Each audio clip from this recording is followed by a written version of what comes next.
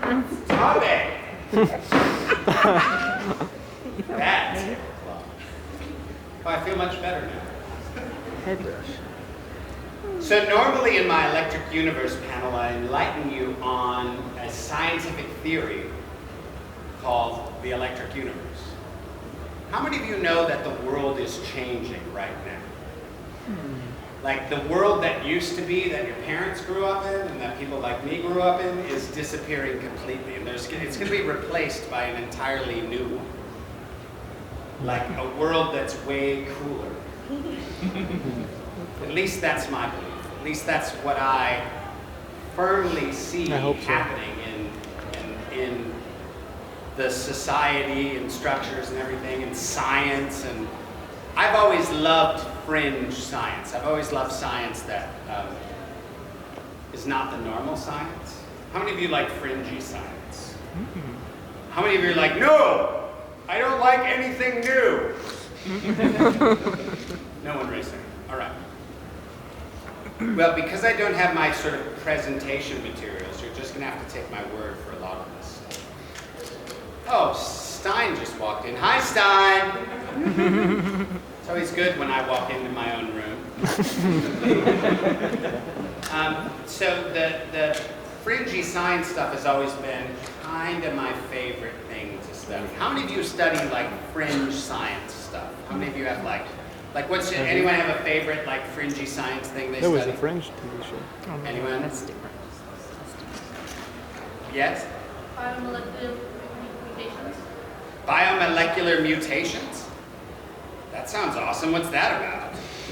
It's the splitting of different, it's basically placing the cells of one animal into another animal to create Like a hybrid? Like a liger? Chimera. Chimera. Like goats that can milk spider webs. Oh god. Goats that can milk spider webs would be awesome. And there are some. Are they doing that already? Yeah. Yes. It's kind of cool because Well, that's like it's chimeras, one of the strongest you know. materials that has not been made by nature but not from a spider. You keep your mask. See, if you could have goats that would milk spider webs, that would be amazing. Anyone else? Any other fringy science things you like to study? Well, the Electric Universe started for me, and once again, I apologize that I don't have my presentation, because otherwise I'd be showing you pictures. But that's not going to happen today, so let's forget about that. But it started for me and if you Google this, this is what you'll Google, and it will start you down the path. If you were to Google hexagonal craters, what's a crater? Anyone know? Craters when like an asteroid, pummels into a planet and it makes an impact zone, right? So would it surprise you to know that there are hundreds and hundreds and hundreds of hexagonal craters in our solar system?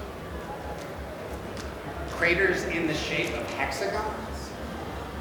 Can you imagine any way that something smashing into something else would make a hexagon? It's not normally the shape of impact, but it is a very common shape in electrical discharge.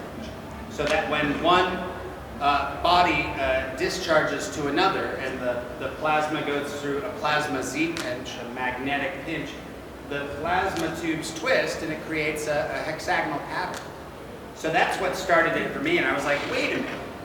If craters can be, hexagonal, what else can there be? And a lot of the stuff in the Electric Universe points to this idea that, because the sort of standard model for how we exist in this universe is that we're floating in space all by ourselves, right? Disconnected from the sun, disconnected from the other planets, disconnected from the galaxy. And the basic premise of the Electric Universe is that gravity is not the defining force of the universe. Electromagnetism is. And if you've ever studied gravity, how many of you know how, because like in science they have G, the constant for gravity. Do you know how they got that constant for gravity? It's called the Cavendish experiment, and it was done in 1736. And a guy hung brass balls in a shed and like counted how long it took them to circle around each other and called it the gravity constant G. Because what you have to understand about science, the science that you're taught in schools, the science that you're taught from a very young age till you're very old and you're expected to believe it, things like gravity, things like the way suns are formed, the way stars are formed, the way the earth was formed. You're just expected to believe this stuff because science is like a church. Science is like a religion that they are convincing you to believe every step of the way.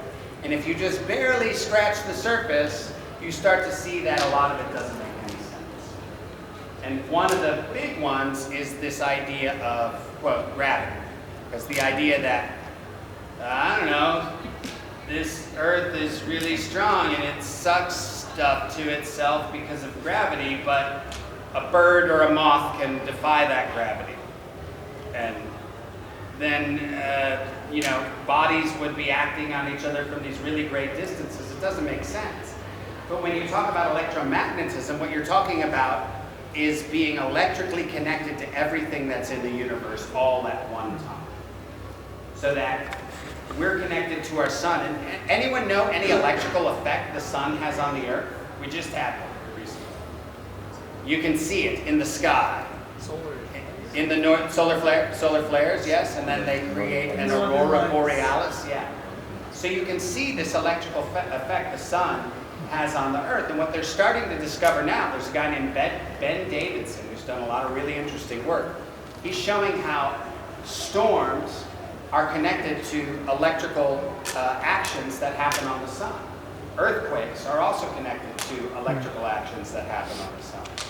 The sun is this great magnetic, wonderful blobbing, like if the sun were a brain, it would be incredibly way more complex than the human brain, magnetically speaking. All the magnetic discharges and electrical interconnections that happen on the sun happen to a greater complexity than in the human brain.